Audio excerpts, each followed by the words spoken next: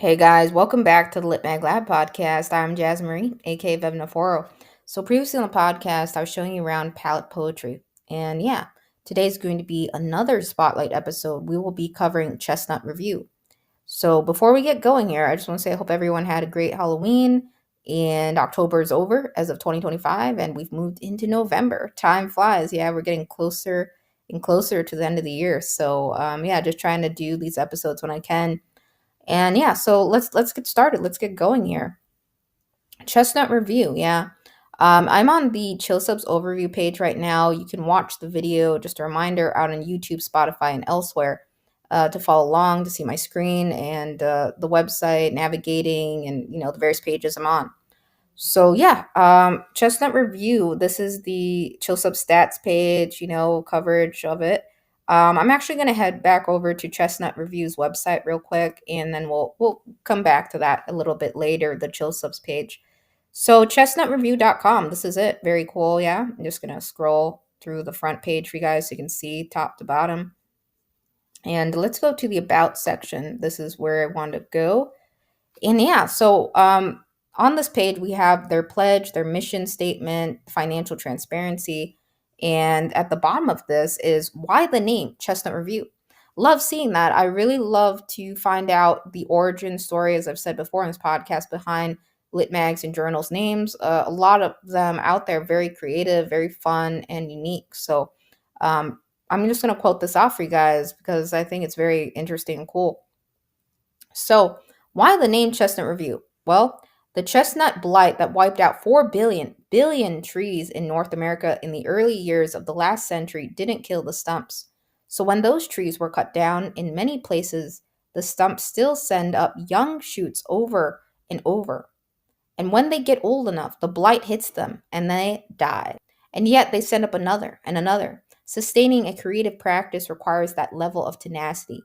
Artists persist despite rejection, the intrusions of real life, the bills that must be paid, the jobs that must be done before any art can be created. That's the best kind of stubbornness. A stubborn belief in your own worth, in the art of your hands, eyes, and mind.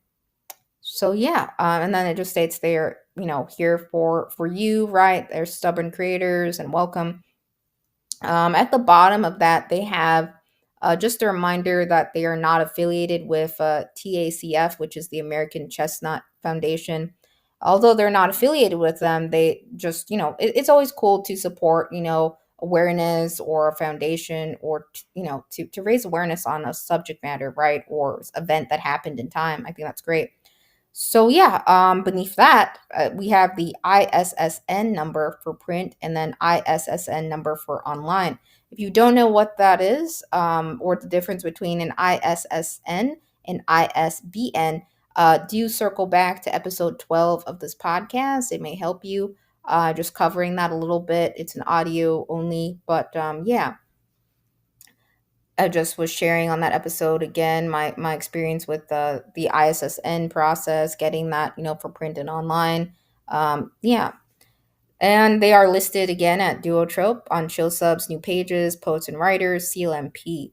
So yeah, it's always a good idea, if you're starting your own publication, to be placed in the directories, right, that have a lot of traffic in there, and yeah, how others can discover you, right? A lot of submitters, writers, they use those directories to find homes for work. I've covered some of those on the podcast, the earlier episodes, so please do circle back to those as well.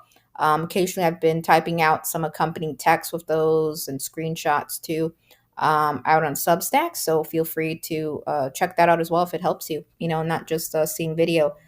So yeah, so their mission is to provide a literary home to stubborn artists and writers, and their pledge is here, right? Just going to quote this off. So they pledge to treat all artists who submit work with respect and pay them the maximum they are able to respond to submissions within 30 days or refund submission fees, to celebrate their artists not merely for their publication in their review, but in all their successes, to accept only the best work they find and to promote it relentlessly to the world, to be ethical and honest in their treatment of writers and staff regarding their monetary policies. And below that, again, is the financial transparency section. So just quoting this off, And yeah, below that, there's the financial transparency section. So just quoting that off. Um, they believe literary magazines should be ethical and honest in their treatment of writers and staff regarding reading fees and staff pay. There's a tender balance between keeping reading fees low, paying writers for their work, and paying staff for their labor. And this is how they've struck the balance. They state here, right? So, just a reminder: not all lit magazine journals have reading fees, but everyone's structure is a little bit different. I see a lot of places nowadays of 2025 have, a $3 to $5 range, within that, not all places. There are some really high fees out there. So just, on this podcast, I covered again how to find, fee-free submission opportunities and things to be aware of. But now and then I myself have totally, coughed up, a couple dollars for submitting to places.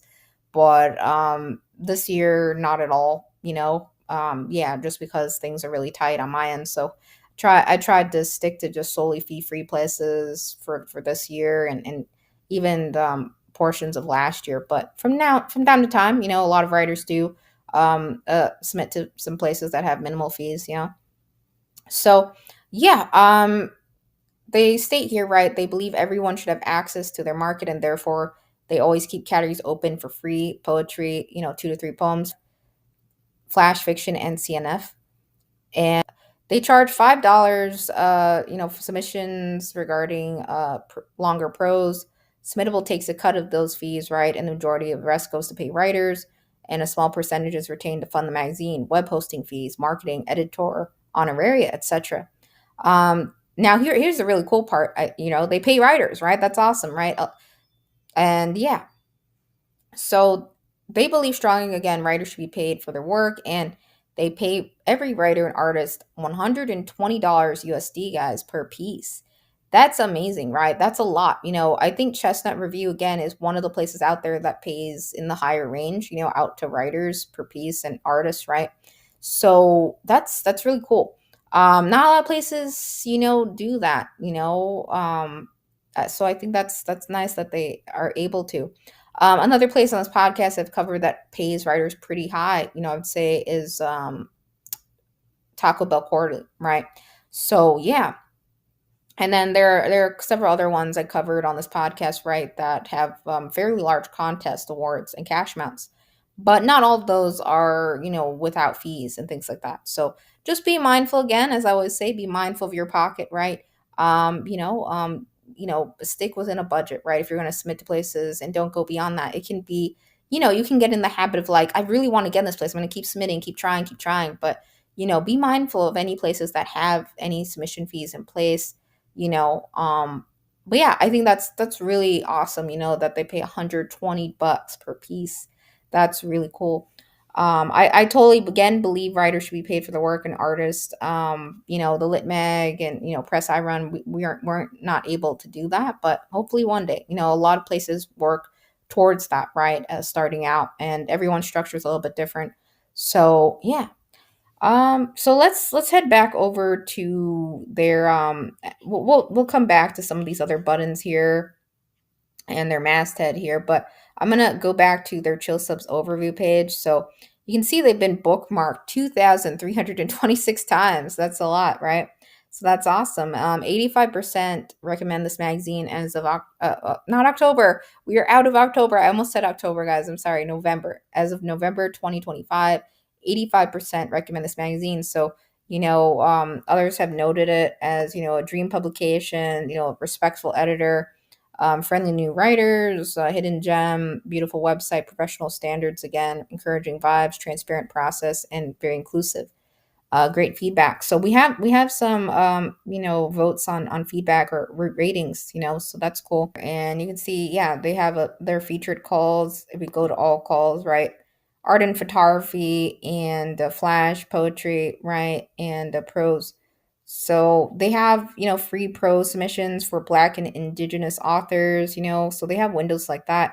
Hybrid, comics, literary. So yeah, again, I don't always read all calls word for word, but sometimes I do. So let's just read off what the guidelines are a little bit here. So for poetry, it states here 1 to 6 pieces always open. Length and format are open. Poems should be single spaced and all in one document. Begin each poem on a new page and clearly indicate when a poem extends beyond one page. There are no absolute length limits, but remember that the longer a poem, the better it has to be. Their printed online page width is about 55 characters. Poem lines longer than this will need to be reformatted. You do not need to reformat until after acceptance. So we're going to click on learn more because I think it's cut off at the bottom. Free submissions are submit 1 to 3 poems. Paid submissions submit up to 6 poems. Yeah. So I think that wasn't entirely clear when I was reading on their website to me on that section. If we go back to the about section, here, you can see, right, reading fees. So yeah, I think it was just here where I was kind of confused, right here, where it says open for free poetry, 2 to 3 poems, So I think if we go, so yeah, so free submissions, it says submit 1 to 3 poems. It's just, yeah. So that makes sense. Paid submissions, submit up to 6 poems, see below for fee. So yeah, I think that's interesting, how some places, may be structured like this, right? They're like, you can submit this amount for free, up to 3 poems. But then, if you want to submit more poems, right? There's a different fee for that. And yeah, we totally have that at like Dippity Press, right? So for example, if with chapbook manuscripts, right? If others want to send a second manuscript, in their submission, they totally can, but there's an additional fee for that, right? Yeah. So things like that happen. Sometimes I've seen like presses, they may have an additional fee if you want to send more than one manuscript for a chapbook or more poems, right? Or things like that. I think Chestnut Review also does chapbooks, so we'll take a look at that too. But that was just an example I'm just stating. I don't know how they have their chapbook submission structured, so we'll take a look at that too. So they offer specific feedback on up to 3 poems for a small fee. And if you're submitting more than 3 poems but do not specify which ones you'd like feedback on, their staff will just select three, which they will provide critique. In terms of editorial feedback, they offer that, on a packet of poetry from a Chestnut Review poetry editor, including a full document markup of 3 of your poems and a 1 to 2 paragraph overall response about your work. Authors who have appeared in the magazine must wait 2 years before resubmitting in any genre category. So yeah, if you're starting your own lit mag journal, some places have policies in place. Like if you had work accepted, please wait. For them it's 2 years. For some places it's a year or 6 months or 12 months or some places don't have policy around that. They're like, if you want to partake in the issues you want to submit, totally feel free to, or wait 3 months or however long. That's really up to you if you want to do that. I think it helps to do that though, to have some sort of policy around that. Because you want to have new writers, in your issues and others to partake, right? You don't want the same names over and over again, but it's okay. A lot of lit magazine journals, right? It's a community aspect, right? So we've had, poets and writers at Lit Mag Journal and Press I Run, right, partake in multiple categories in multiple areas of the publication. And we don't have like a set wait time on that, for lit mag. For the press, however, right, chapbooks, right, if you have publications back to back to back, right, from the same author writer, that kind of is like, right, it's kind of weird, right? You want to have that opportunity, right, for other writers, new writers to be published and things like that.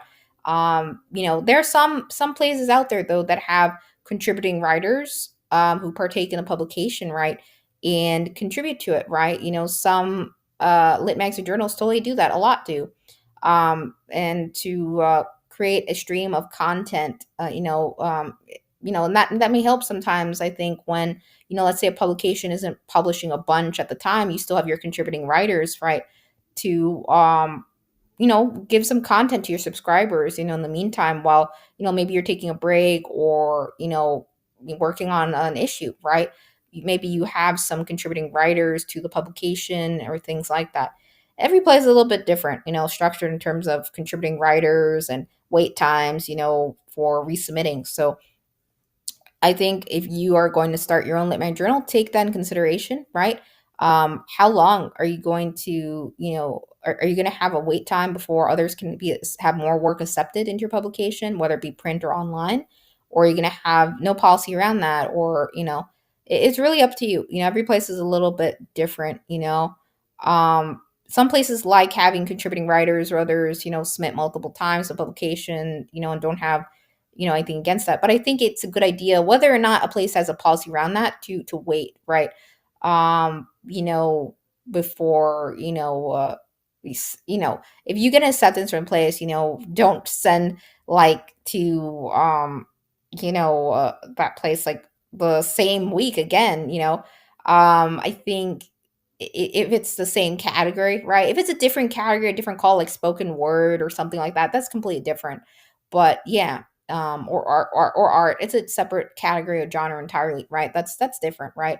But yeah, so just keep that in mind. Chestnut Review, right, says wait 2 years before resubmitting on any genre category, and I've seen places have that too, that policy in place. So just be mindful about that, right?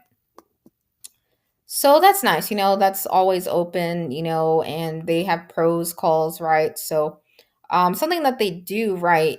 They have Patreon perks, right? So yeah, for regular submitters, and I think that's great. So you can be very creative with a Patreon, and give some bonus things there. We'll take a look at their Patreon in a bit here. But yeah, and again, they have a free submission, window for free submission windows for Black and Indigenous authors. So that entails submitting one piece between 1,000 and 5,000 words, single space throughout. Prose submissions can be works of fiction or nonfiction. They do not accept excerpts of longer works. Again, they have their feedback options, and yeah, as you can see on my screen, and yeah. So yeah, again, they're pros, so the same thing, right? They just have a free window sometimes. Pros, again, they have a $5 fee, 1,000 to 5,000 words if you're not, a Black and Indigenous author. So I like seeing places that have, BIPOC calls, but I think I really like places that also have just like, fee-free windows, from time to time, and things like that too.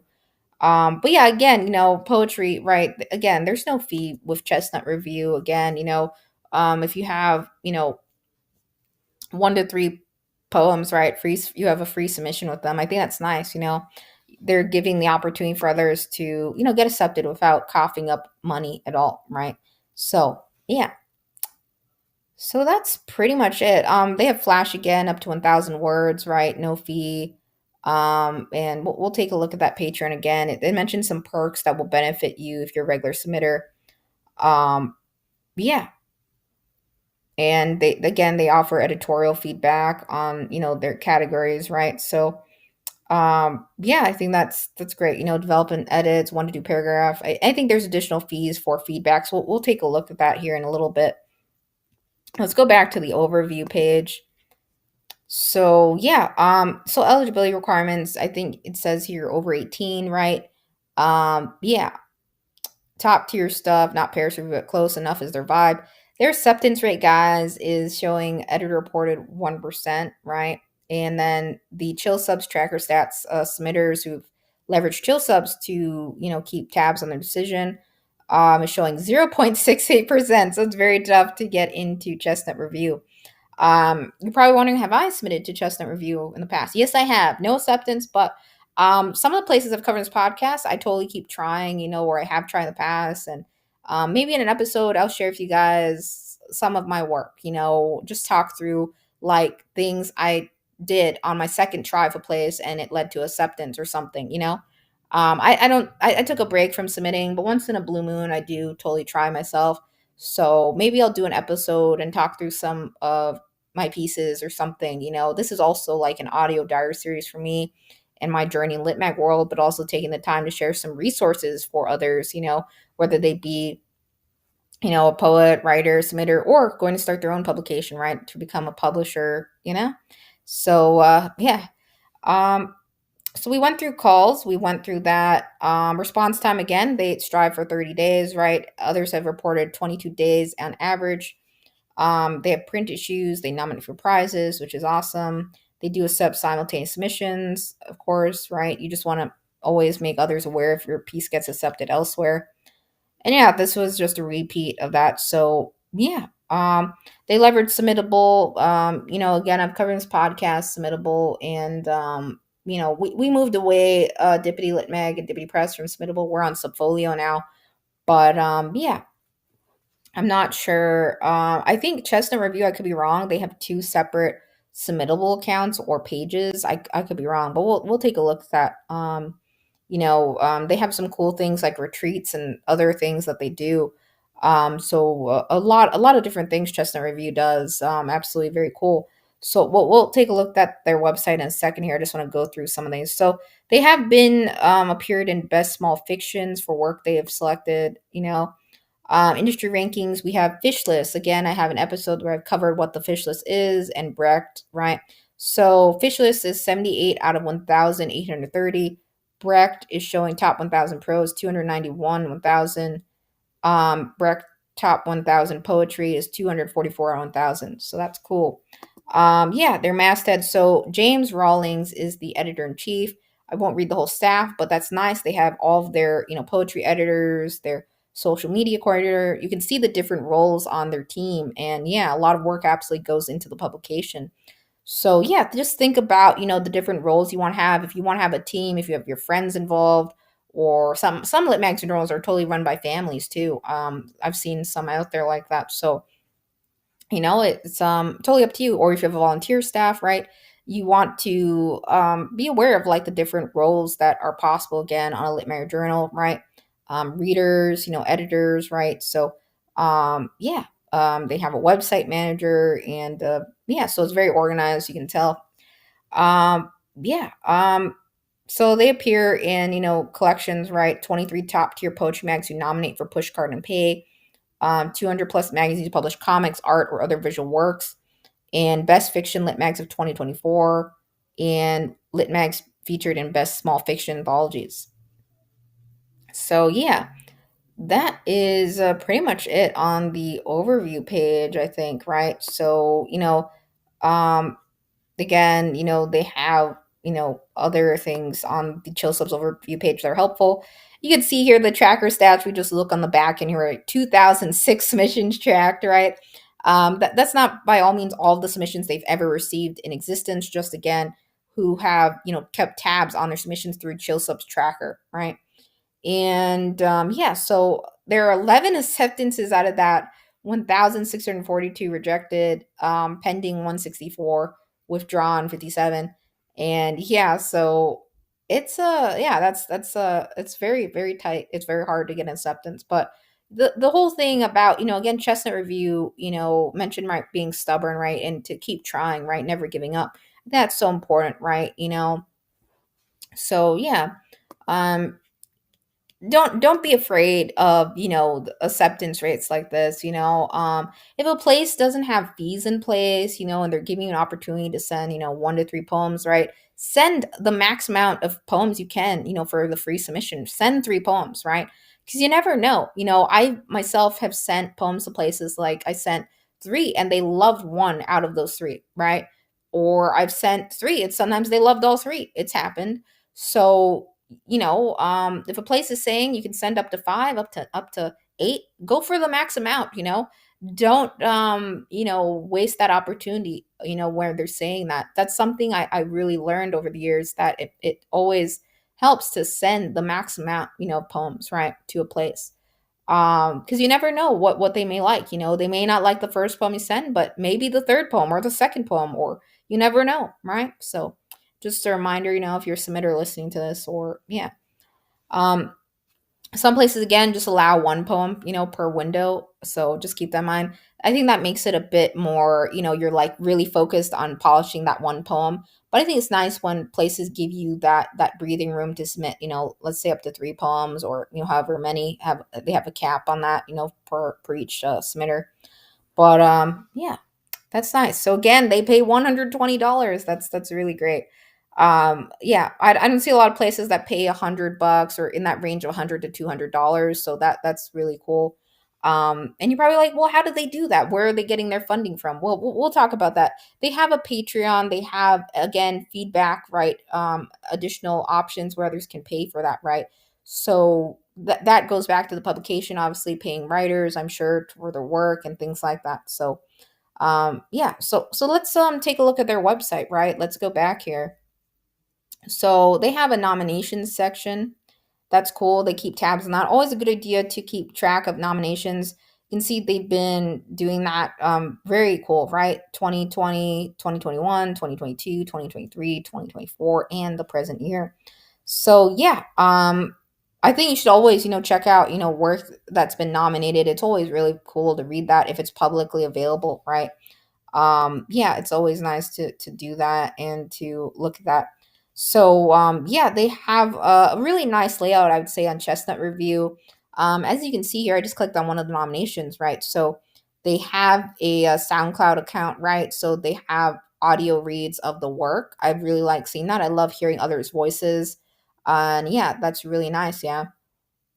So you don't necessarily have to use SoundCloud. Some places use there are other ones out there like SoundCloud, but I think that's nice. I see a lot of publications use YouTube, SoundCloud, right?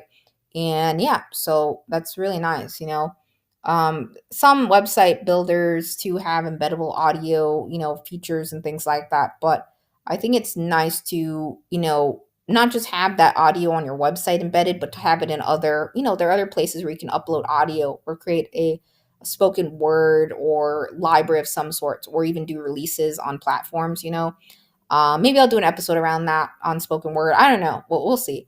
But yeah, so that's great. They have their nomination section, contests. So a lot of lit mags and journals and have, or presses have contests. Looks like they have chapbook contests. So Chestnut Review does a lot, right? They have chapbooks, right? That's cool, right? And yeah, they have a stubborn writers contest. So you can be really cool, have a cool name for contest you come up with. Or it could just be a chapbook contest, after your publication name, right? If you create your own contest for your Lit Mag Journal Press. So yeah, I haven't really looked a bunch at Chester Review's chapbook, submissions or reading periods and stuff like that. But they have a page here, I think, right? The chapbook guidelines, right? So that's cool. So it states here, Chestnut Review holds an open chapbook reading period twice per year with the goal of selecting 4 manuscripts from the queue, regardless of genre, to be published and promoted in tandem with their quarterly issues. They reserve the right to publish more or fewer chapbooks based on the quality of the submissions received. Manuscripts will pass through a multi-stage reading process involving the readers and editors of Chestnut Review, who will select the chapbooks for publication. And yeah, you can see they have past publications here, so that's really nice, very cool. It's not easy to have both a literary journal, magazine, and a press, right? So that's a lot, to take on. So really cool. I always love seeing the cover art of chapbooks and the titles and their focuses. So yeah, I haven't looked a bunch at these, but let's just click on the first one, uncensored snapshot. So you can see it pops up, right? We have description, we have some excerpts, I think, of reviews. So that's nice, yeah. And it looks like it's available on Amazon, bookshop.org. There's an ISBN for it. Yeah. So that's cool. Not all presses or places have ISBNs, but some places do, and some, distribute it out to, libraries or bookstores, and things like that. So yeah. So that's awesome. So it says these are books of prose or poetry less than 50 pages in length, chosen by the readers and staff for publication. So yeah, that's nice. Yeah, I'm sure if as this grows and grows, right? Most places have like a search of some kind. That'd be nice to see, I think, too. But all in all, it's a very organized layout, very cool. And they pop up when you hover over them. So yeah, I think they have a store too. I don't know whether that also includes their chapbooks. So yeah, so it looks like they have a tote bag. Oh, they have editorial consultations here too. So that's neat. I haven't seen places really do that with like their store, or shop. So they have like a 15-minute private editorial consultation, 25 bucks, 30-minute private editorial consultation, $40. So let's click on that. I'm just curious what that is. So yeah. So, do you need it says, do you need a professional opinion on your writing, arc, not sure where you're going or how to get there? Their editors are available for private chats to talk shop. The purchase is a 15-minute private consultation over Zoom with the managing editor. And yeah, Maria S. Picone. I apologize if I completely mispronounced the last name. Yeah. And it says, note that consultations are not for detailed feedback on submitted work. That should be purchased as editorial feedback in submittable. So yeah, I think that's unique. I don't see a lot of places really do this. So they really seem to go the extra mile, in terms of giving feedback and consultations as an option.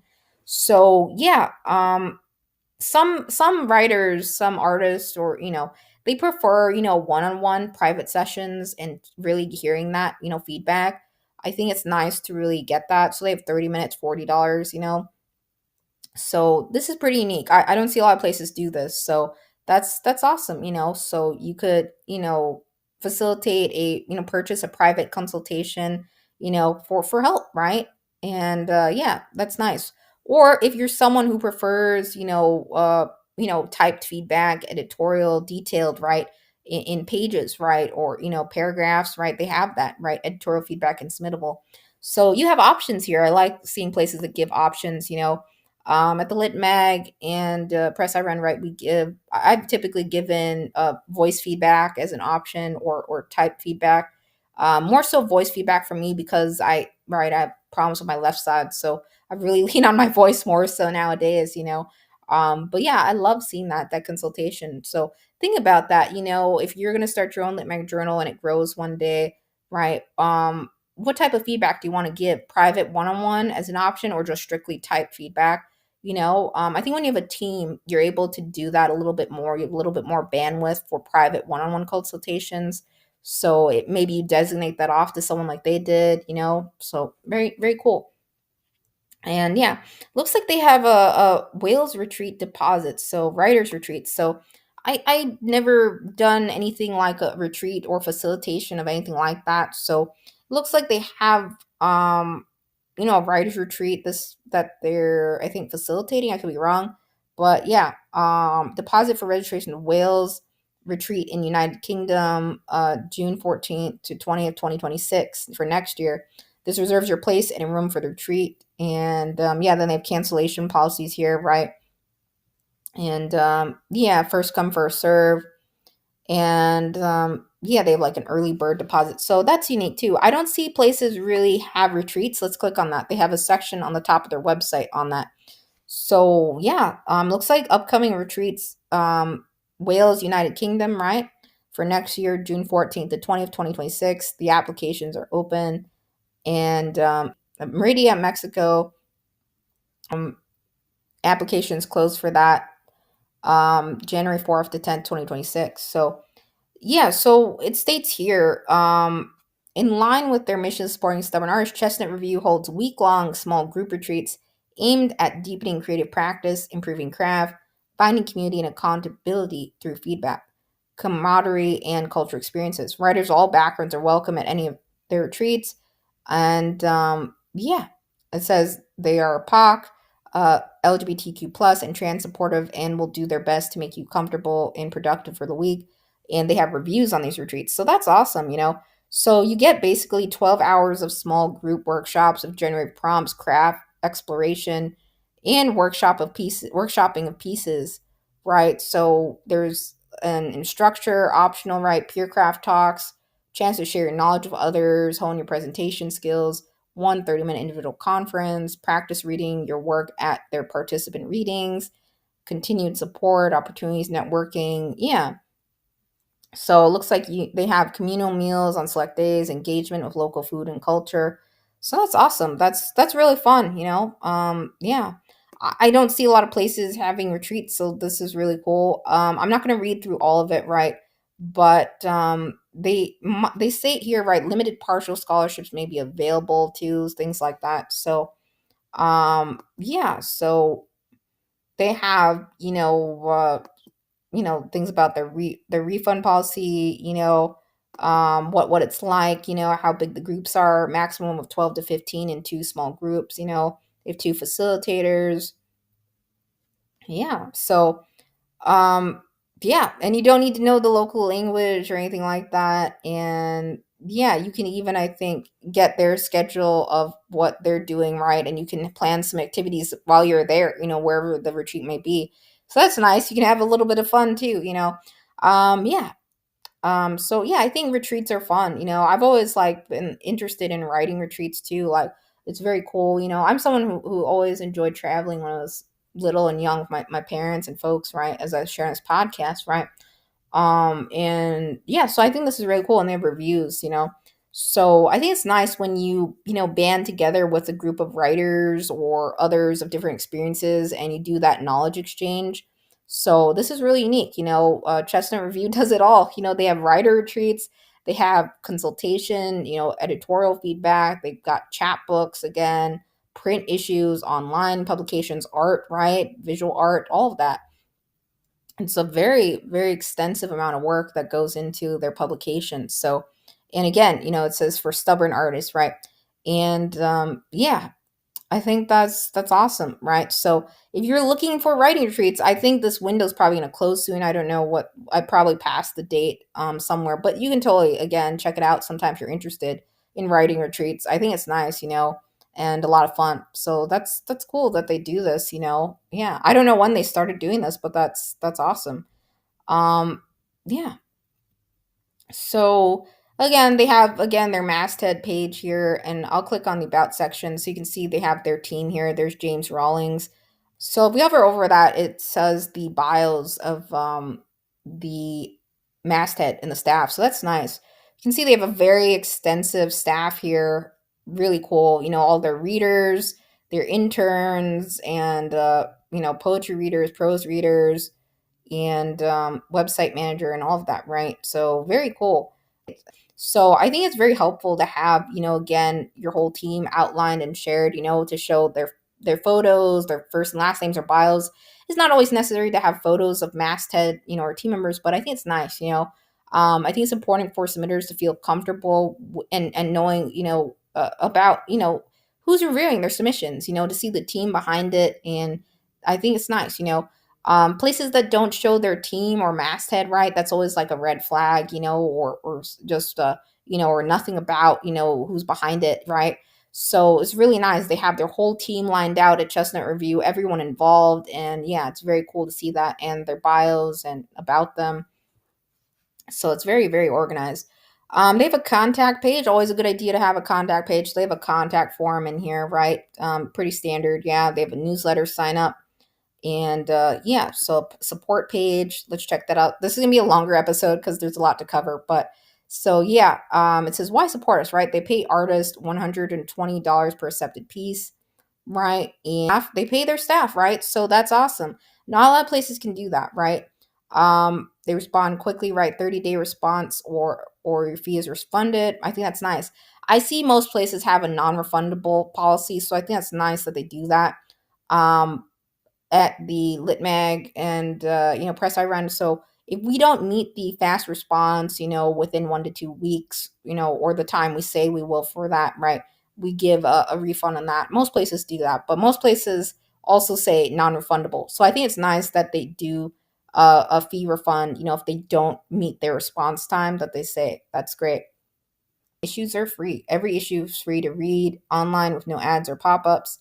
Payments since 2019, so that's very cool. Yeah.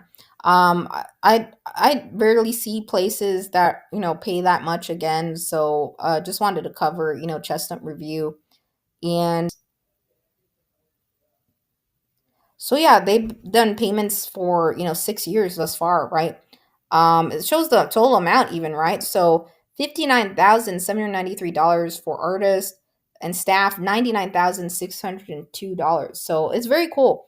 That, and then they state here, note staff below EIC level, and their EIC receives no salary or payments.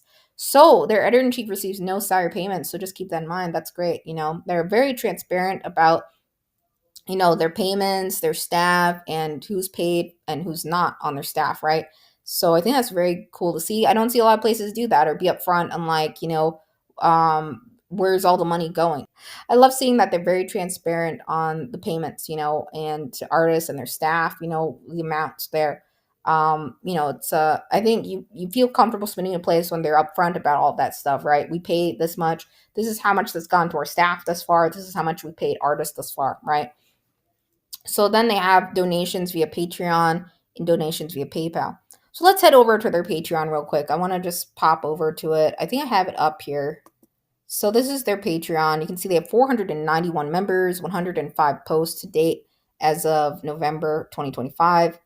And yeah, so I think if you're not sure how to structure your own Patreon, we don't have one yet, but I've thought about it because it does help, the member, amounts there, that you're generating can go back to the publication, paying writers and artists for the work. Every bit helps, right, when you're running a publication.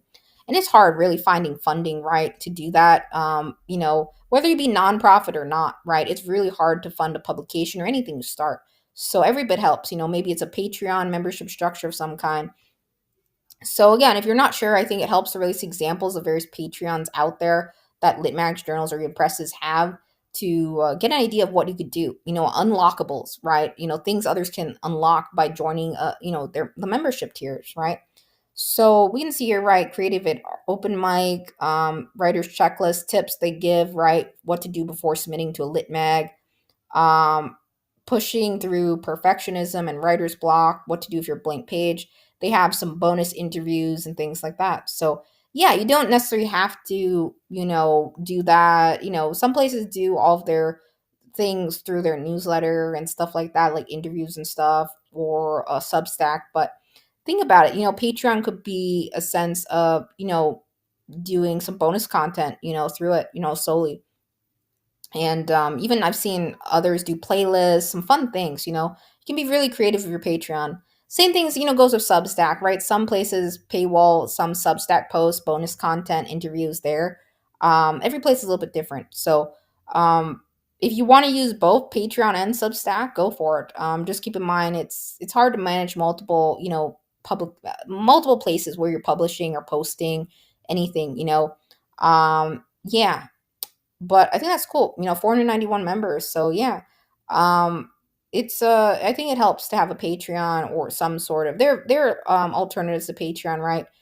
Some places have buy me a coffee pages and things like that, but find a platform that works for you and leverage it. You can leverage more than one if you'd like. Not everyone maybe everyone has a thing of preference. Some most are familiar with Patreon. Some like buy me a coffee, right? Different ways to support your publication that you're running, right? So if you're an editor or starting your own publication, think about that. Again, just a reminder, right? Patreon exists and it can be helpful. It's a opportunity to leverage it. I started one, but I never really took it off anywhere. So who knows? I may totally circle back to it. I've covered a couple publications thus far, even stumbled across quite a few in this recent past 2025 year, of places at Patreon. So just keep that in mind. Yeah. Yeah.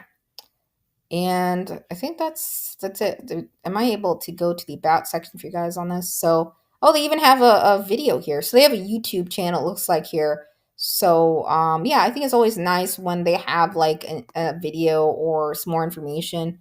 And always cool. I won't play that video for you, but you can check it out.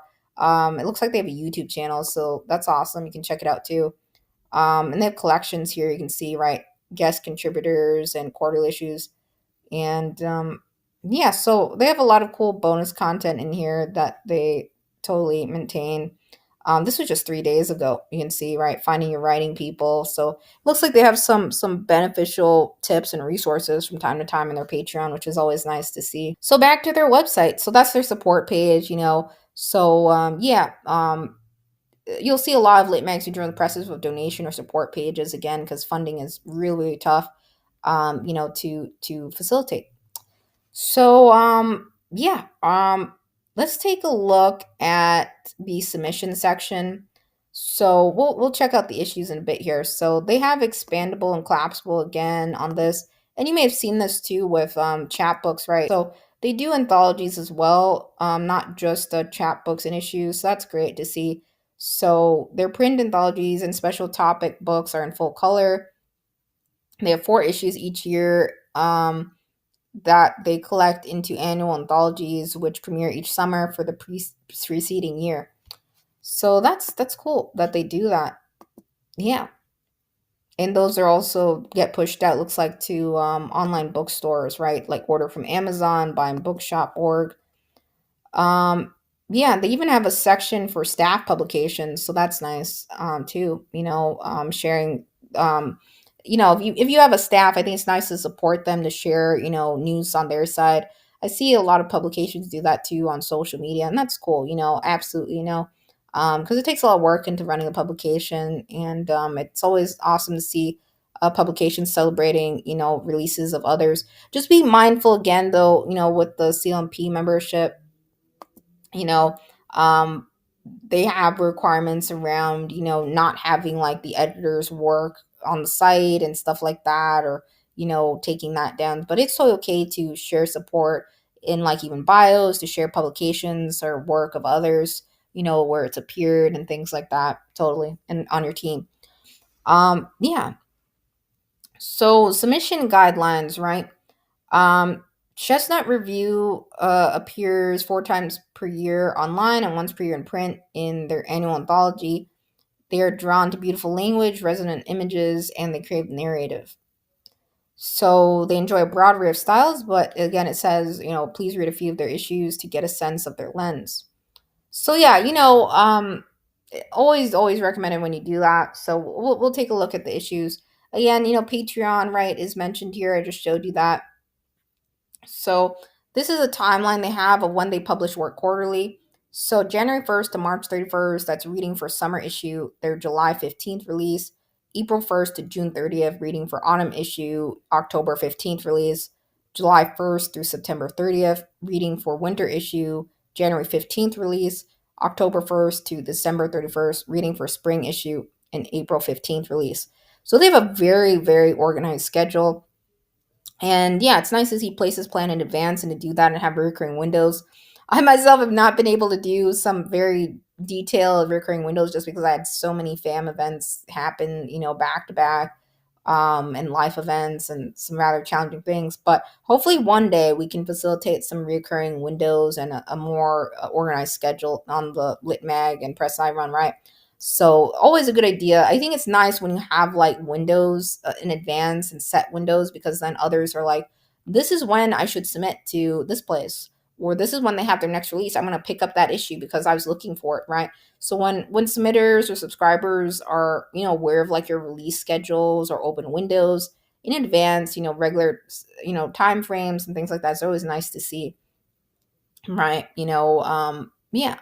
But again, they have some calls, right, that are always open, but just stating it's always nice to see an organized publication schedule, right? Yeah.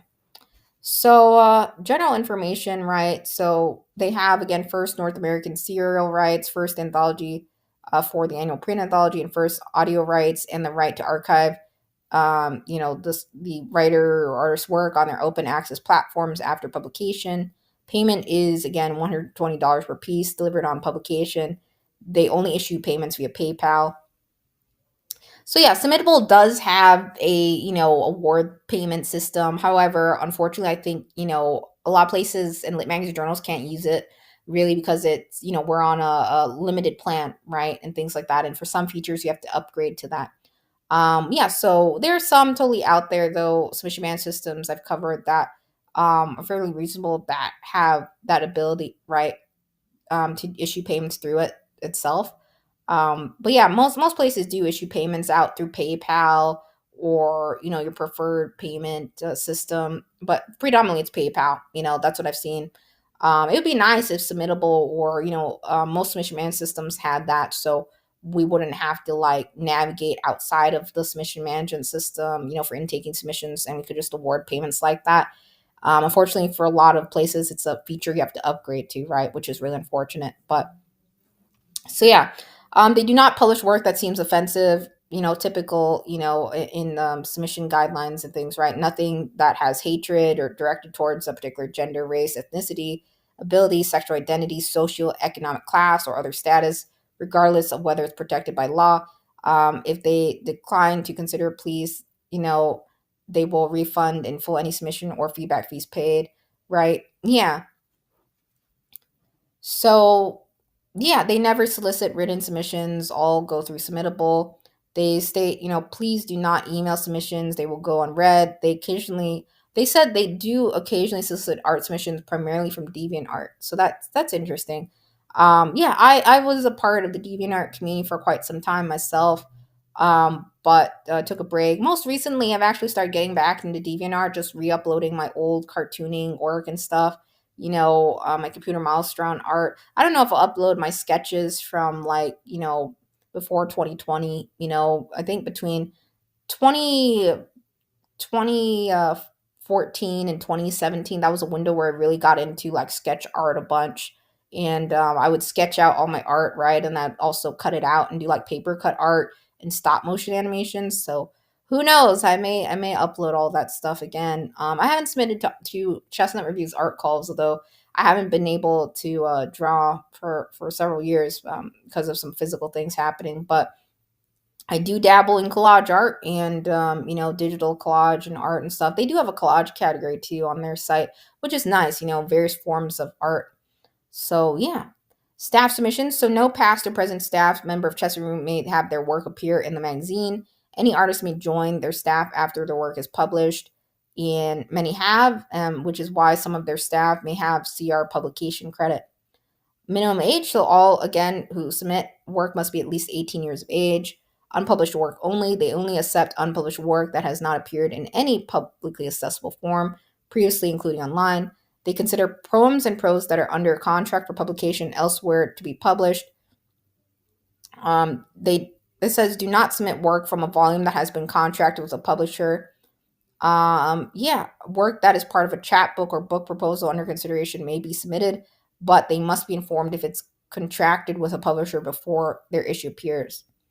Art and photography submissions may have been previously been presented online, but are eligible for publication if they have not been featured in another magazine, website, or venue besides an artist portfolio webpage. AI generated work. So they do not accept submissions of AI generated work. Yeah, that's pretty standard. A lot of places don't. I as well. We want to see work created by humans, right? And publications are ran by human beings, right? We want to see human work created from scratch, no AI. There are some publications out there totally that have, policies that are different from this, but predominantly a lot of places are like no AI. Traditional writing, traditional art, right, that comes from a human being from scratch without any assistance of a machine or some, prompt tool, right? It doesn't make sense, right? We have our own mind, our experiences, our thoughts, right? It should again come from you as a human being. So, again, they have, no AI generic. So this is interesting though, that they have this. I think it's nice that they also state this, right? They do not use AI to evaluate your work. I don't see a lot of places mention that, but a lot of places don't use AI to evaluate work. But it states, right, just as we do not accept AI generated work, and it states that just as they do not accept AI generated work, right, they do not allow staff to use AI tools to evaluate pieces, right, paid feedback or complete any other tasks. So yeah, your feedback, they're just raritarian, right? Comes from a human being, right? If you get their feedback, paid options, and when they evaluate pieces, right, they are strictly, that is coming from a human being when they evaluate and read those pieces, right? They have poetry readers, right? They have editors that are reading your work, right? And carefully combing through it. So yeah, I think that's so important. Nowadays there's so much mention of, right, AI, right? And I think, more and more lit magazine journals over the years, to even nowadays, right, are gonna have, AI policies. Maybe it won't be paragraphs or anything like that. Maybe it'll just be a couple lines, right? No AI work, we don't use AI to evaluate your work, things like that, right? So I think it's very helpful to be transparent again about, like how Chestnut Review is, right, on how work is read, who's reading the work, what goes into it, right? Yeah. It's always good to be very detailed because, submitters, right, they want to be comfortable submitting to their work, finding a home for it, right? It's important, right? So, yeah. So, yeah. Also, it states, they have again the right to withdraw acceptances from any work found to be AI generated even after publication, right? So yeah, I think I see a lot of publication nowadays that they some places have caught AI generated work, after the fact. And again, that's messy cleanup for the publication, right? They have to pull it down. They have to, if it appeared in an issue, right, they have to tug that out. They have to remove it, right, from their platform and all print editions, because that would not be fair to the other artists, right, who didn't submit, AI generated work, right? And they have a no AI policy, right? So it doesn't make sense, right? So yeah. Yeah, I see a lot of publications running into that. They're like, oh, we discovered this was AI. So now we have to completely change this print issue. We have to tug it out. We have to address this. So yeah. Every publication is a little bit different though in terms of AI policies, but if you're going to start your own publication, I think nowadays with the amount of use of AI, it's so important to have some sort of mention around that, to reiterate that. Otherwise others are probably going to be like, oh, I don't see anything about AI. I guess it's okay. So yeah, just in general, it's a big no-no, right? And I think in typical, a lot of friends and editors and fellow writers and community I know, they don't use AI. They're against it because again, traditional artists, right? A lot today, writers, they're struggling to make it by, some absolutely do nothing but writing and art for a living. Some do out there, and it's really hard, to do that full time if you do. And think about it, I think AI again is affecting, right, the industry. Absolutely, it's taken a huge hit.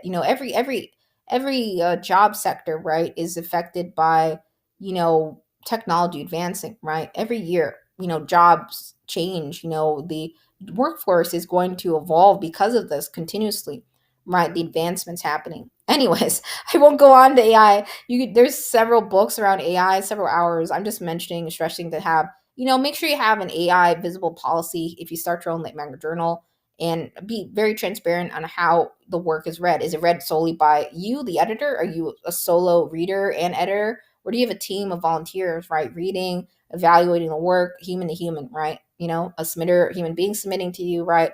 They have not used any assistive tools per the policy, have not used any AI. They confirm that, right? And you yourself are not using any AI to evaluate the work. And sure, most publications, though, they do have plagiarism checker tools at most, right? Things like that. And that's okay, because they want to make sure, right, that the work hasn't appeared elsewhere. For the most part, I've seen most writers to be honest about that. But I've totally caught some writers, who have submitted work that had been published multiple places off to us, right? And they were, or they didn't mention it all, right? And, yeah. So just keep that in mind. So they welcome, works in English, right? And any artist from anywhere in the world may submit. That's great. International submissions are welcome. I have created like playlist sections out on YouTube on this of like international places. I don't have a fairly long list yet or anything like that, but I'm trying to. As I do the series over time, we'll see. It says one active submission per category at a time. So yeah, it says, let them consider each piece in turn. As long as you've received or applied to previous submission, you may submit again as often as you wish. So yeah, again, they just have that policy again around acceptances. Once you get an acceptance, wait 2 years, right? No resubmissions. So, if they've already read and declined a piece as a regular submission or contest entry, please don't send revisions for reconsideration or resubmit unless directly requested. So yeah, every place is a little bit different around that. Sometimes writers come back and send a work that's been revised. I've seen that more so in terms of chapbook submissions, with the press I run. But some places are like, don't send, declined work back to us again and again and again if you already declined it, or any revisions. So it's totally up to you. If you send a revised, I mean, if you're a founding editor, if you're okay with others sending revised pieces or not. So they have no resubmissions. Just keep that in mind. They ask that artists wait 2 years for their appearance in magazine or submit again, right? And yeah, it says please note that they do not have a title field for submissions, and submitter will auto assign a number to their submission. So yeah, I think it's helpful though. I will say a comment that it's helpful for submitters to type in their title in the submission, I think, because then they can search for it. A lot of places do use Submittable now, but I like Subfolio. It's really up to you, I guess. If you're going to create, how you do that, with your form, whatever you're using, right? I've covered various form builders, submission management systems, podcasts. I think in terms of using numbers where it benefits, right? So readers don't see your title or anything, right? Like that. They just open the document, then see your title and everything, right? Um, right. And yeah, I think, yeah, it's sort of like a surprise, I guess, when you open the document and then you read the title and see it all. Um, you know, Numbering, I think, also helps to keep track of, the amount of submissions for the call, I guess, and things like that, or a number. So yeah, every place is a little bit different in that. Some places let you enter a title, or some places have it auto sign a number. Most submission management systems, though, I've seen, allow entry of title. I think it helps. Just personally, I think it helps to have a title entry, because then you can find your submission, right, that you submitted to a place, and look back at it, retrace it, right. Um, and there's search functions of the submission management system as a submitter, right. But yeah, it's not a huge deal, but yeah. So they state here, if you mistakenly submit the wrong document, it says please do not withdraw and resubmit without first writing to them. If the error is discovered quickly, they may be able to reopen the piece for editing and allow you to swap files. This is at the editor discretion, and if work has already begun, especially with paid feedback, this may not be possible. So yeah, that's pretty typical. Yeah. 30-day turnaround. Feedback fees are not eligible for refund. Chapbooks have their own timelines and do not adhere to the 30-day policy. Yeah, because chapbooks take a while to read. They do, a bit longer, right? So yeah, and then shortlisting. So they occasionally shortlist pieces while they make final decisions on an issue's composition. Shortlist requests will be made within their standard 30-day turnaround. If the writer paid a submission fee and is shortlisted, they will refund the submission fee. If the writer paid for feedback, they will deliver that feedback once a final determination is made on the piece. Feedback fees are not refunded. Writers can opt to pay for staff readers for their feedback. For current pieces, it says please see their submittable submission pages for each genre. All of their feedback, again, is person written, without AI generative tools. For poetry, writers will receive a paragraph on up to 3 poems, highlighting the poem's strengths and providing suggestions for further improvement. Some examples of comments include, but are not limited to, structure, form, voice, imagery, rhythm, and meter. For flash and prose, writers will receive, again, 2 paragraphs, highlighting 2 to 4 areas that are working strengths to build upon, and 2 to 4 suggestions for revision. Those elements which most need attention.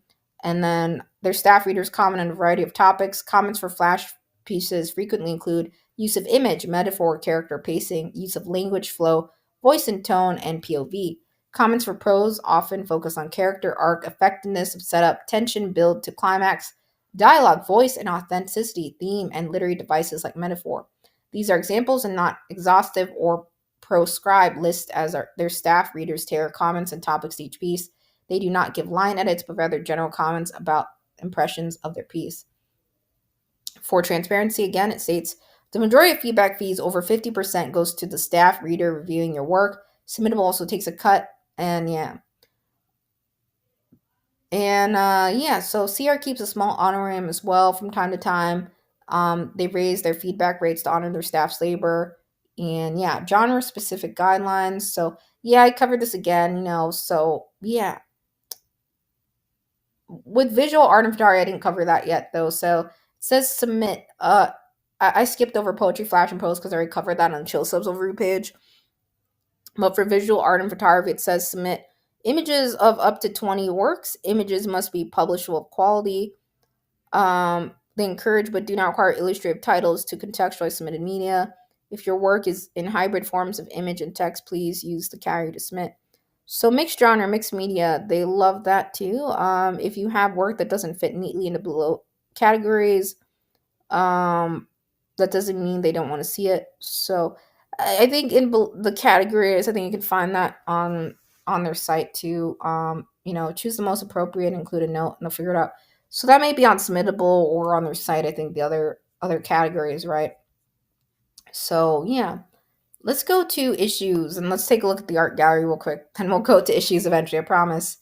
So yeah, this is awesome. They have this art gallery. I have not submitted to them again for art myself yet, but we'll see. Um, yeah, so they have collage, digital, mixed media, painting, photography. So that's really cool. I don't see a lot of lit mags and journals really have like an art gallery of any kind. So I think this is awesome. This grid that they have. It's you can hover over and see the titles. Let's click on one of these. How about this chair? Unseated. Let's see what happens when we click on it. I just like seeing the layout of publications and checking how everything's set up. So my page might be a bit slow here.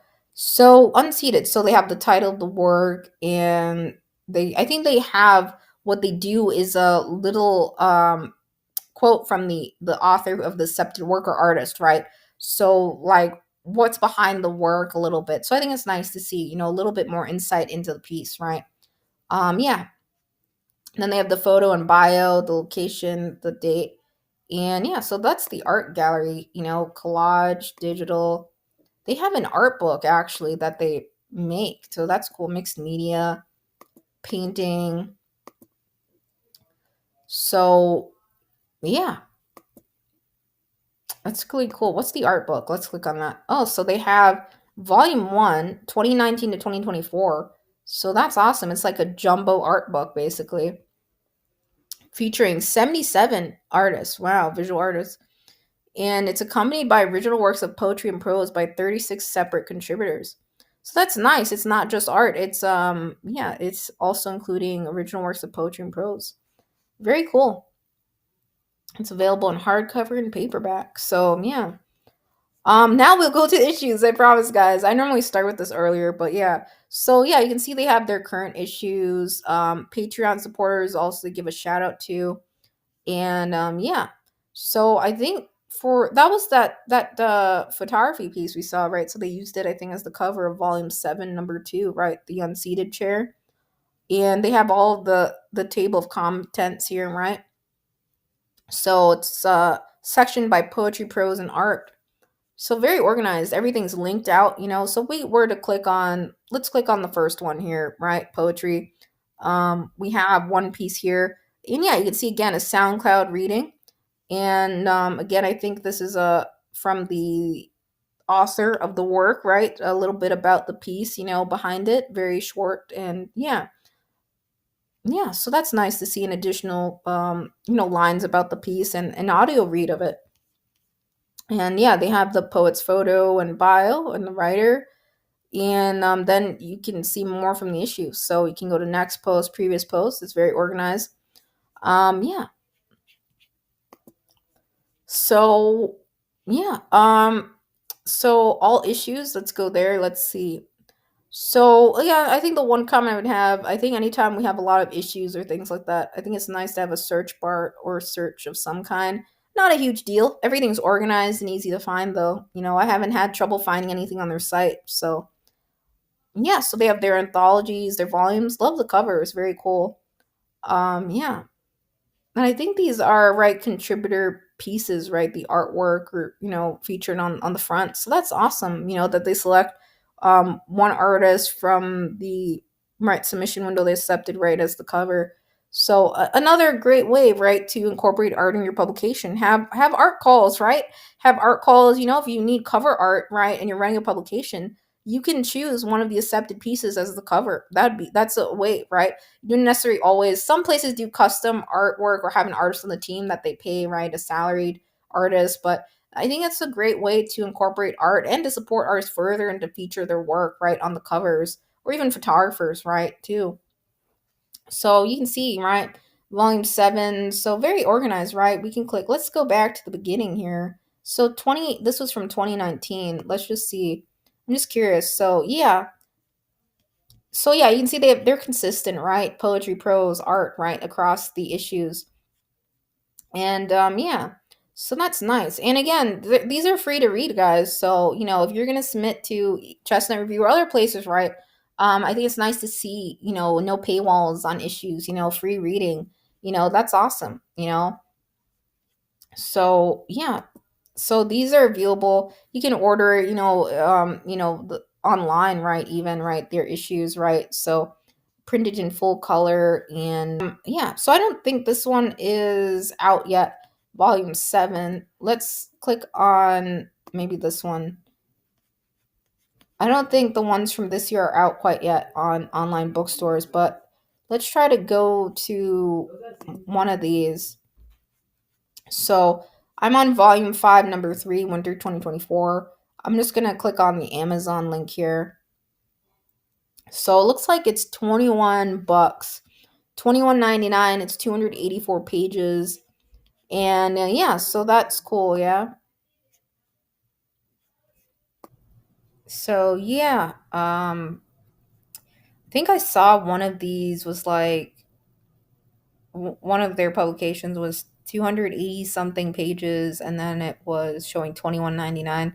So yeah, always a good idea to, if you're going to start your own lit mag journal, just see, the various structures of a literary magazine, right? And not every lit mag or journal has solely poetry, prose, and art. Some include interviews in there or other things too. And I'm not sure if they have in other parts of their series. I have seen some on. I think we saw interviews in Patreon and some other things. But in either case, it always helps to see examples, of other issues out there from fellow lit mags and journals. The structure of them, even anthologies, and issues. So yeah. So yeah. Um, for the most part, a lot of lit mags and journals in terms of volumes, right? They have a structure that they follow, right? In the TLC, right? For Chestnut Review, it looks like it's poetry, prose, art, and yeah. And I don't think these are available quite yet to purchase. I could be wrong. But yeah, I think this one just came out, right? Autumn 2020-25, or it's just the one that is, yeah, current one, the most current one. And yeah, so I think that's pretty much it. I think I've covered it all. you know we went through issues, right? And yeah, so again, I think it's really awesome that these can be read for free, right? And yeah, so yeah, they do have interviews here in this volume and sees. So yeah, for the most part though, they're anthologies and their issues, right? They follow a pretty similar structure, so that's cool. Yeah, so I'm just clicking on these so you guys can see examples of their structure. So again, SoundCloud, really cool. Again, yeah, I like seeing publications incorporate audio and or spoken word even into it, or reads of the publication work. I think again it's really nice to hear others' voice. I won't click on the SoundCloud button, but you guys can of course always visit the site. Yeah, so the structure is pretty much the same. It's a everything's easy to access, right? If you scroll to the bottom right, we can go back to more pieces of the publication that we were on, winter 2025, right? And yeah, and go to the next post, the previous one, right? Some more in the issue. And again, they have a nice about, the piece, right, from the, I believe, author, right, of it who was published. So, yeah, what was behind it or a little bit of thoughts on it, the poem or work, which is nice to see. So, yeah, I think that's pretty much it. I think that's Chestnut Review. They have a really nice layout, reminders here about their international writing retreat. And I think that's really unique. Again, I don't see a lot of places have writing retreats or facilitate those.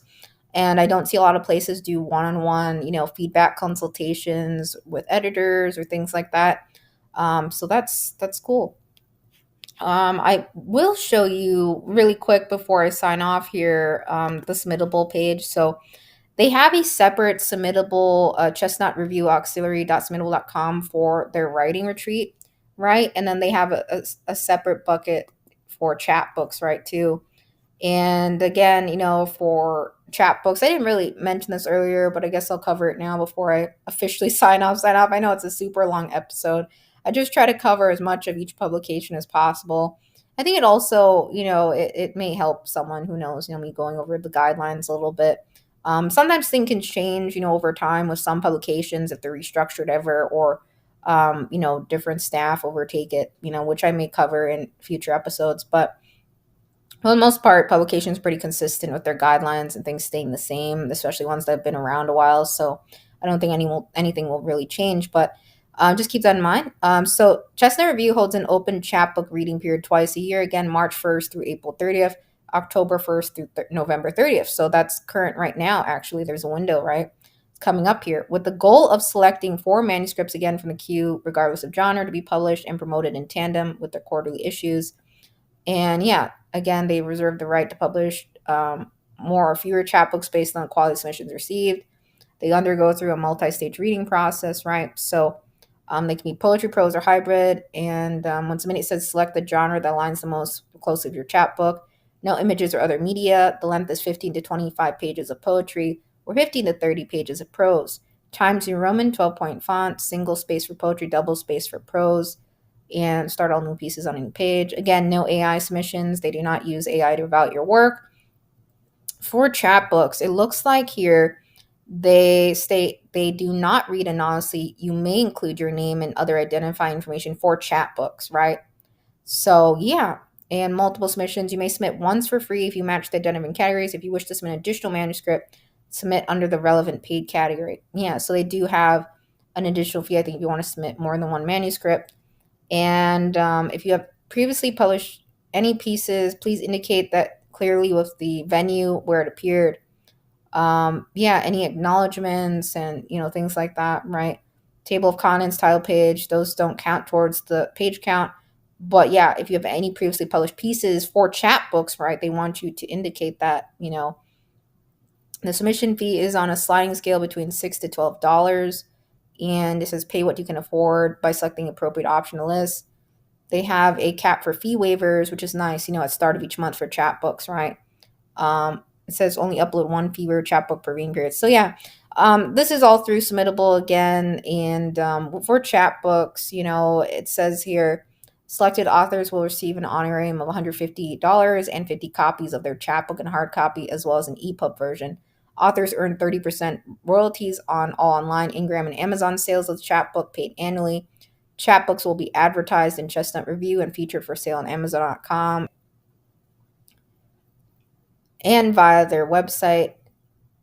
And yeah, authors will be interviewed in a quarterly issue of Chestnut Review. Authors will be promoted at in-person events such as AWP, in virtual events, which authors are welcome to design and plan in tandem with their staff. Submitters can choose paid feedback, right? That includes standard summary of a piece plus 2 to 4 strands, 2 to 4 suggestions on the chapbook as a whole.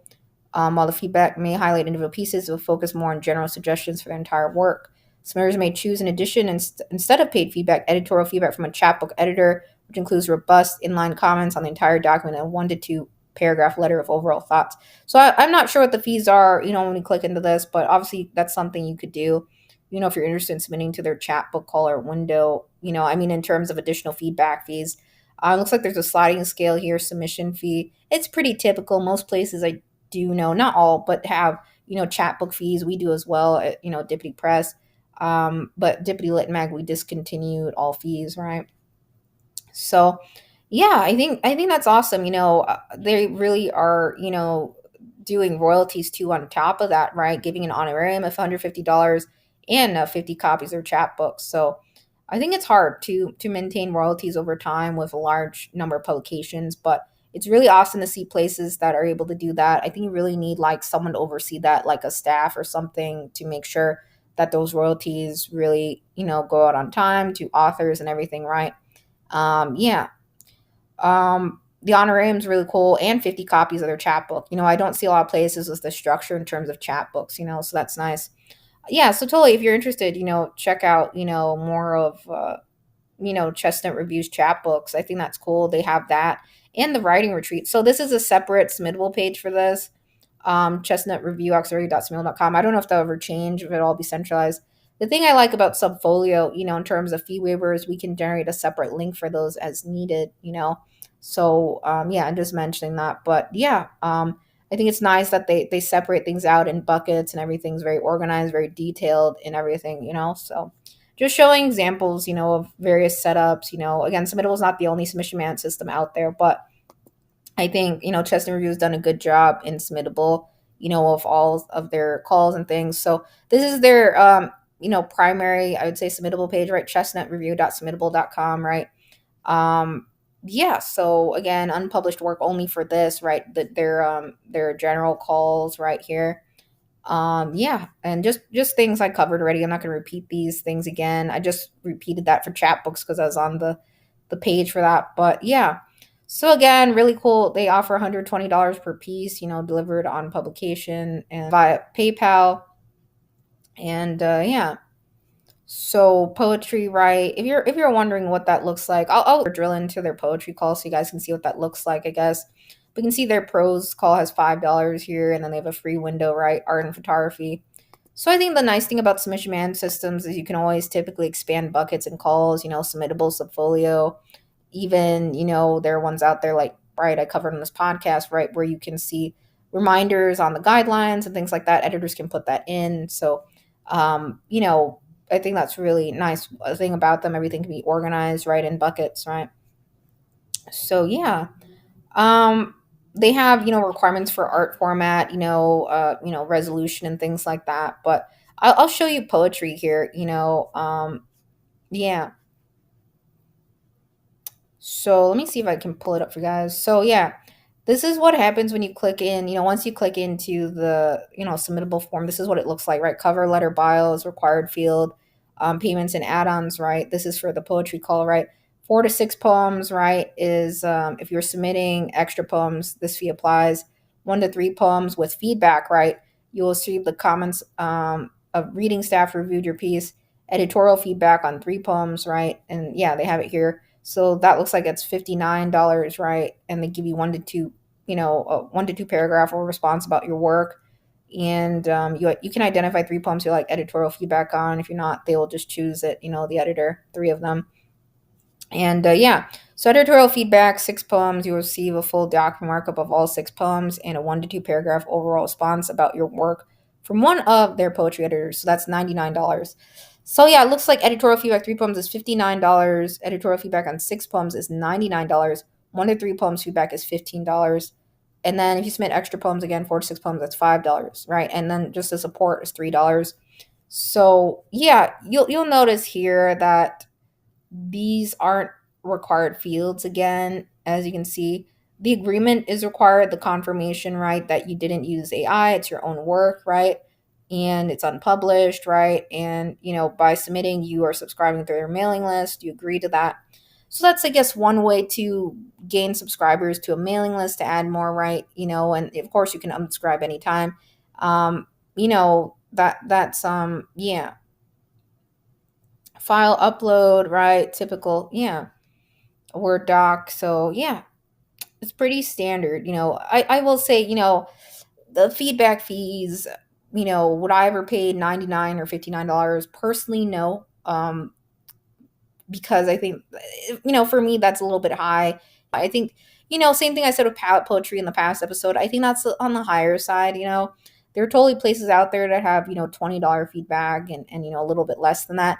But considering, right, Chestnut Review is paying their staff, they're paying writers, it's going back towards those things, right? So, yeah, and supporting the publications. So it's really hard, really, really hard for lit magazine journals to get funding to pay writers for their work.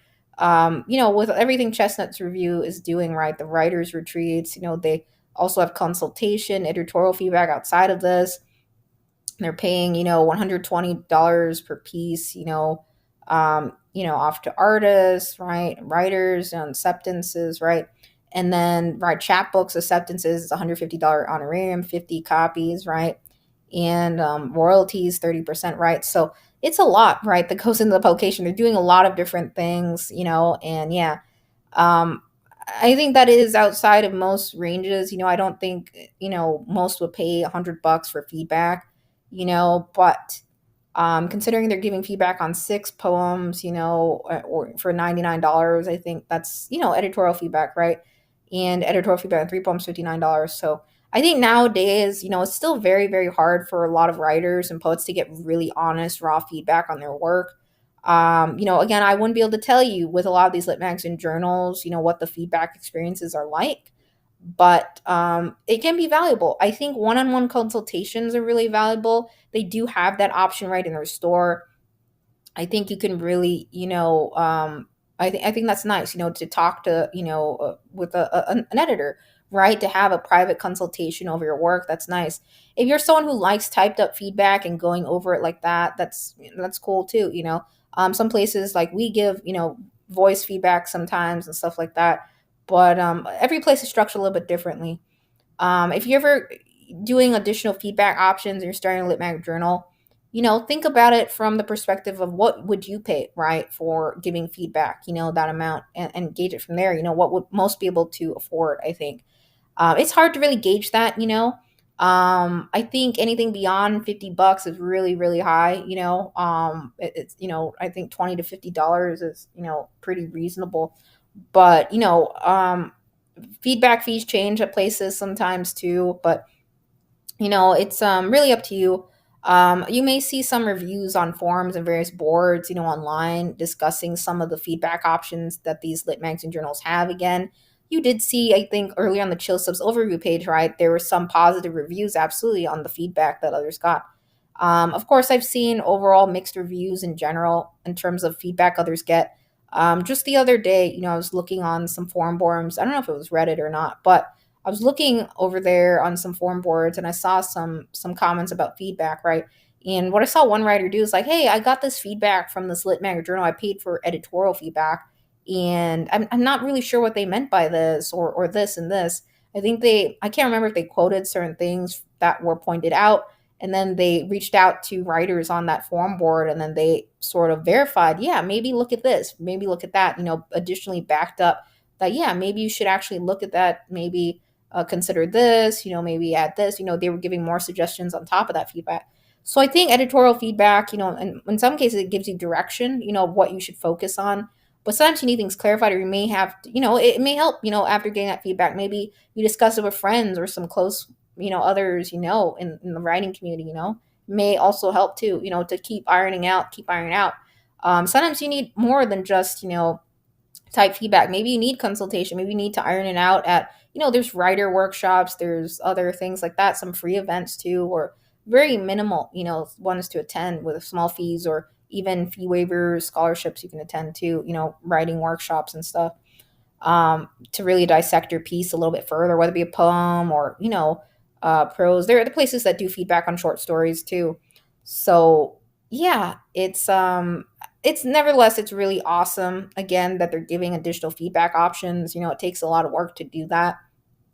And some places I've covered in this podcast do it, for all submitters, give free feedback even. But I think it's a great way to help sustain your publication, additional feedback fees. Let's say, it's free to submit, 1 to 3 poems, right? Like they have set up, right? And then there's additional fees for submitting extra poems, right? To get extra feedback.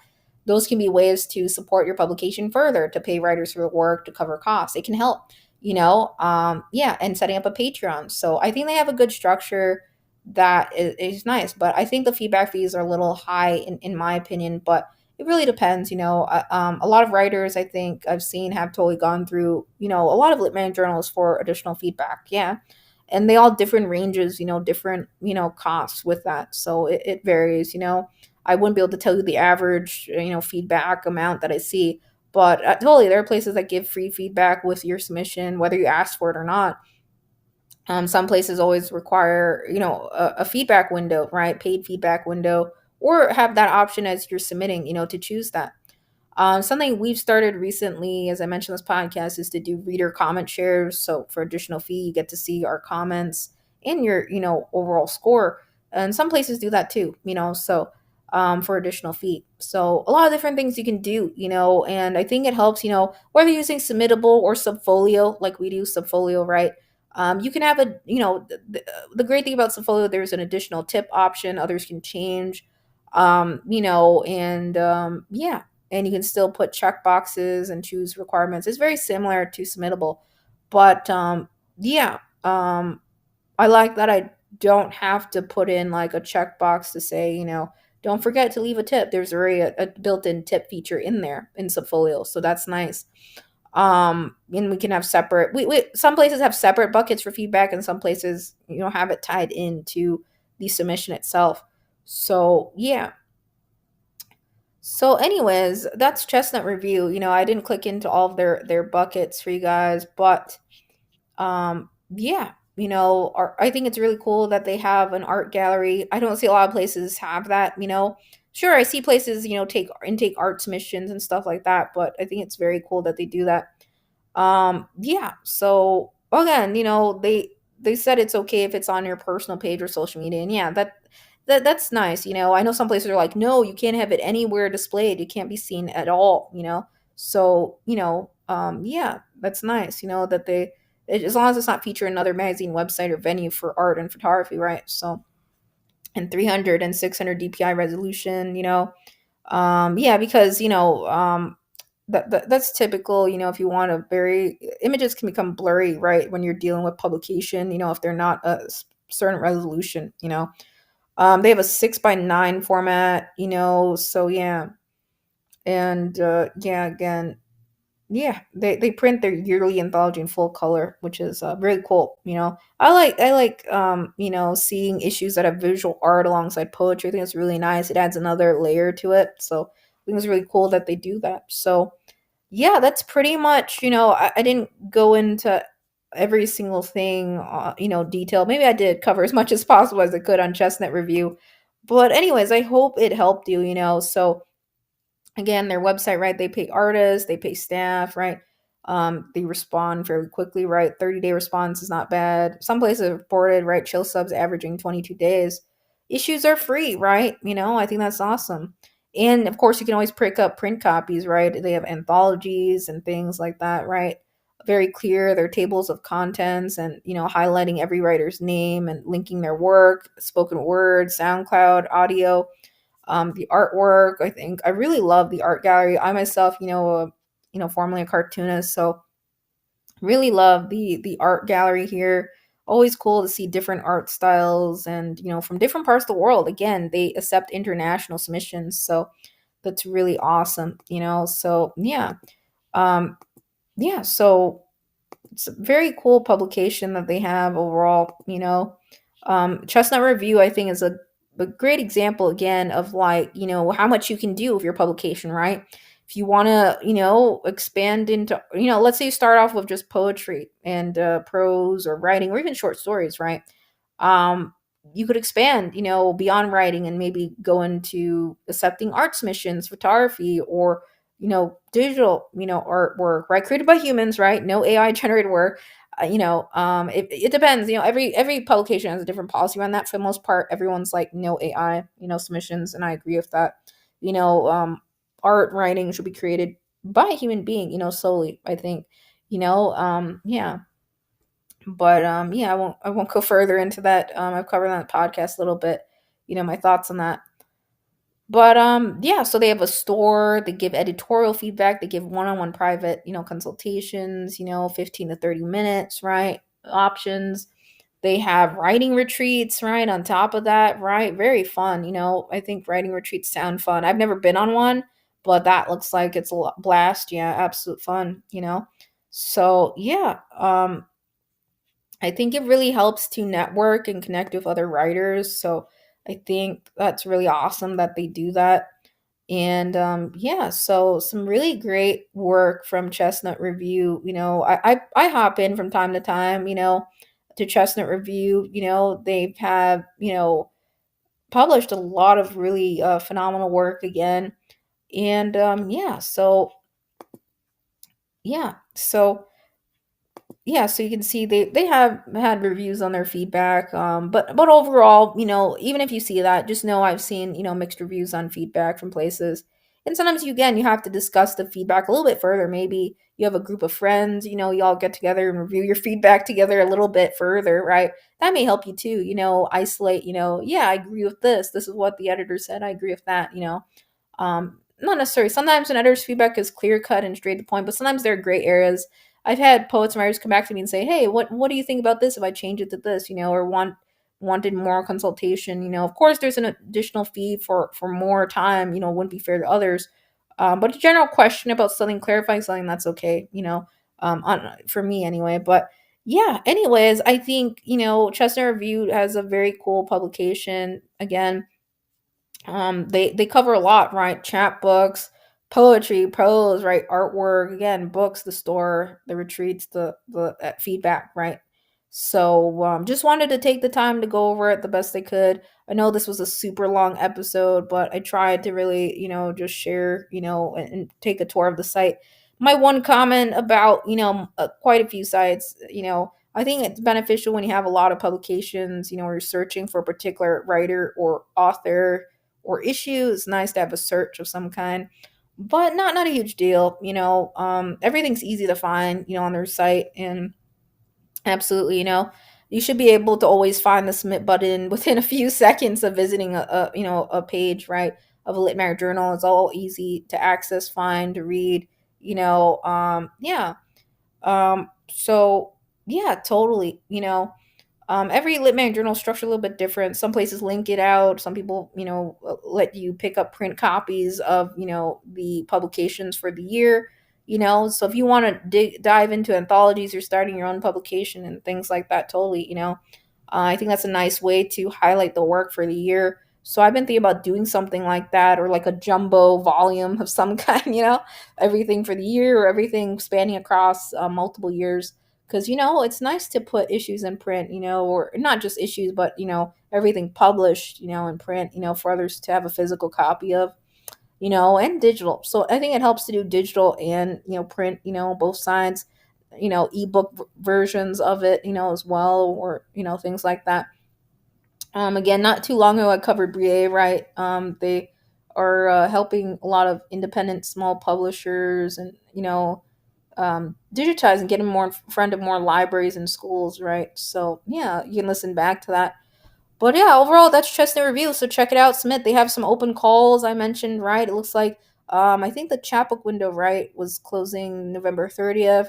They have typically their poetry window always open, and some of the other calls, right? And yeah, so totally. I hope this episode helped you. Me just giving a tour of their website, talking it through. I think they have a very, very unique structure. Again, just in in terms of how much they do. Totally.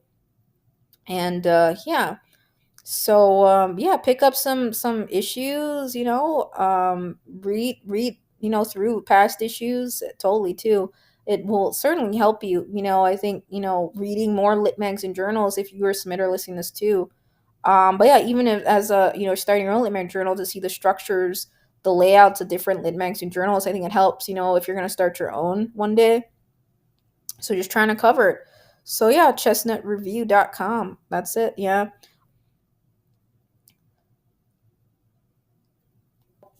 Yeah, so they've been around for 6 years, right? And yeah, I think, again, one of the few places out there that is paying, in the $100 range, right, for work.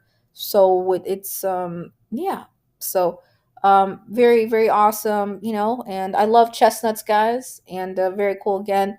Yeah, so hope this episode helped you. Me just talking through. I know it was very, very long again, super long, super duper long, but yeah, they have, the more a lit mag journal has or does, right, it takes some time to read it through and to cover it. So yeah, again, take care, and we'll see you in the next one, right?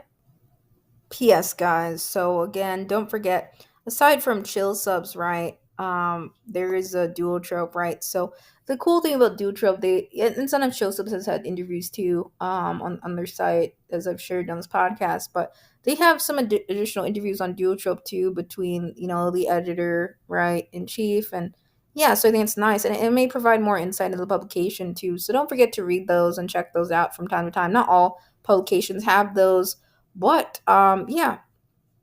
So again, some of these are from the past, right? This was from November 2019, the one on my screen, with James Rawlings, but still very cool, right? Some typical questions, um, they do again care about cover letters, but it doesn't make any difference in judgment of the art or writing, of course. But yeah, and they only read bios until after they've read and viewed the piece, right, as they state here, right.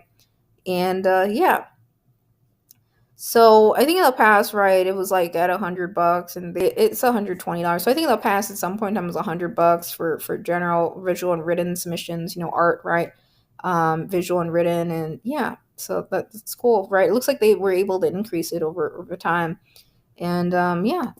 So again, Duotrope's a great way to, see calls and things like that, and but always verify what's on the site. The submission management system. Sometimes it takes a bit to update any new calls or any changes, right, and things like that.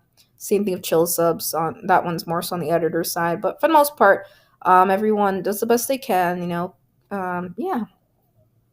So, yeah, I must say, Chestnut Review, very awesome, literary magazine and press, right?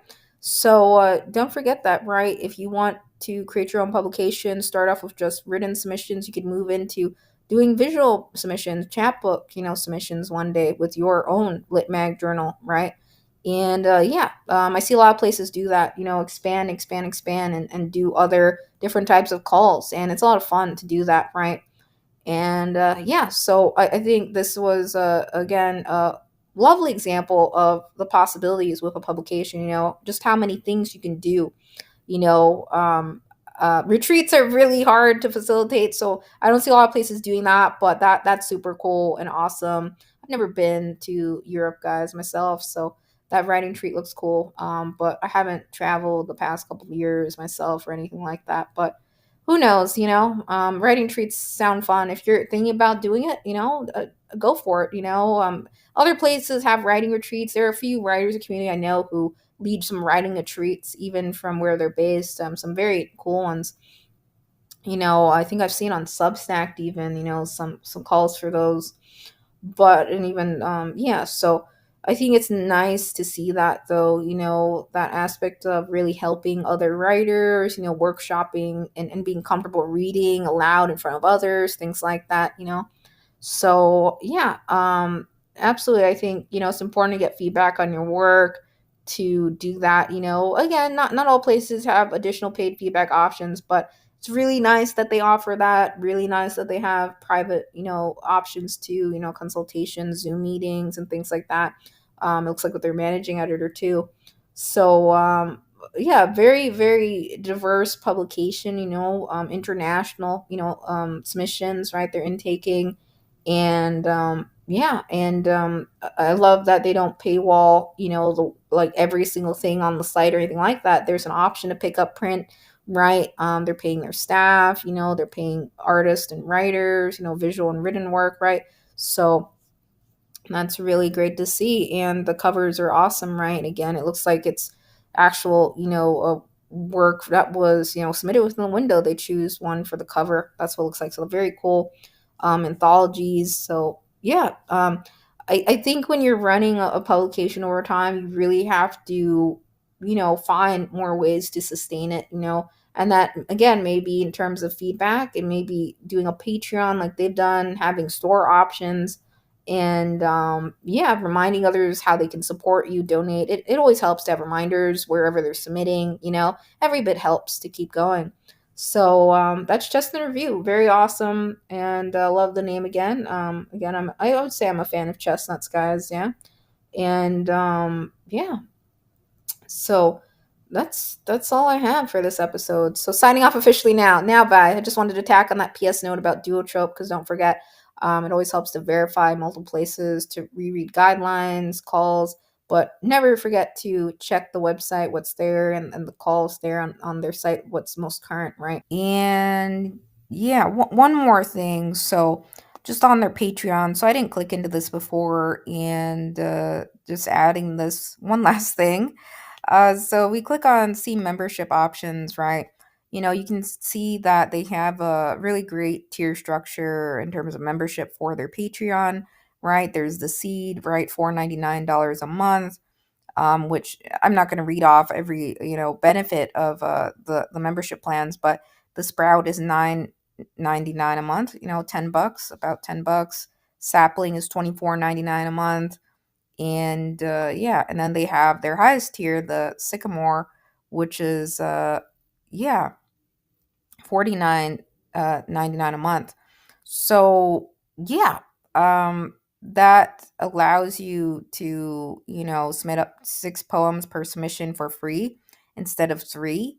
And then you can also, submit all prose work for free. You get 20% off unlimited retreat registrations, one free reader feedback on a submission per quarter, one free printed copy of every chapbook. They issue 4 to 6 per year, one free Chestnut review zippered tote bag, U.S. patrons only. You're invited to their private quarterly online, issue release reading with their artists and staff, and you get a thank you listing on their webpage and print issues. So a lot of benefits there, for that. I think that's cool that they have this structure in terms of membership. You can be really creative, with a Patreon, right? And the membership tiers. And I like how they tied in back to the name, right? Chestnut Review, right? So it makes sense. Seed, sprout, sapling, and sycamore tree. I think that's awesome, so if you're interested in doing something like this, a lot of different membership platforms exist, but I think Patreon's pretty popular among, most places. Even artists use it and leverage it, right? Writers, poets in the community, not just lit mags, journals, and presses, right? So it's a great way to support lit mags and journals creators, join a membership tier. You also get some benefits, right? Some bonuses that they have, as you saw of Chestnut Review there. You can totally read further about that, but I think it helps to see examples if you're going to create your own Patreon one day, right? And yeah, so totally, check more of that out. One last thing. So I think at the bottom, very bottom here, they state, a mention about their legal address, where it lies in terms of the territories. I might mispronounce that, but you can see it on my screen here, right? Yeah, and that's pretty much it. They're based in the U.S. and accepting international submissions. So, yeah, that's Chestnut Review. Their site again is very organized, and yeah, I can't really think of anything else. I think that's everything. So thus far, right? Chapbooks, I didn't read every single detail in terms of chapbooks, but they have, their guidelines, submission guidelines here. So just, read through it carefully. I try to, cover as much as I can in terms of guidelines, but they have a really nice collapsible, FAQ pages for chapbooks, and on the submission guidelines page, reminders too. So yeah, just go through that, and yeah, they go over how chapbook questions in terms of cover, everyone has different policies on terms of things like ebooks, royalties, and policies around that, and promotion, additional promotion. Some places do that, and I think it's awesome. That they do promotion as much as possible. You can tell, right, that they listed right through their newsletter, interviews, social media. Yeah, published in the review too, and featured in there and listed for sale on their website and on Amazon. And again, they attend AWP each year and one-off events too, where they promote authors and contributors. So they have a more detailed explanation on royalties even, and author copies. So I won't go through all of this, but you can take some time to read it through their FAQ pages. And yeah, it's always good to have FAQ pages for a press, a lit mag, journal, right? So yeah, very clear. And yeah, so that's basically it, guys. So yeah, take care. Just wanted to add that, and yeah, share. So have awesome days ahead. Yeah.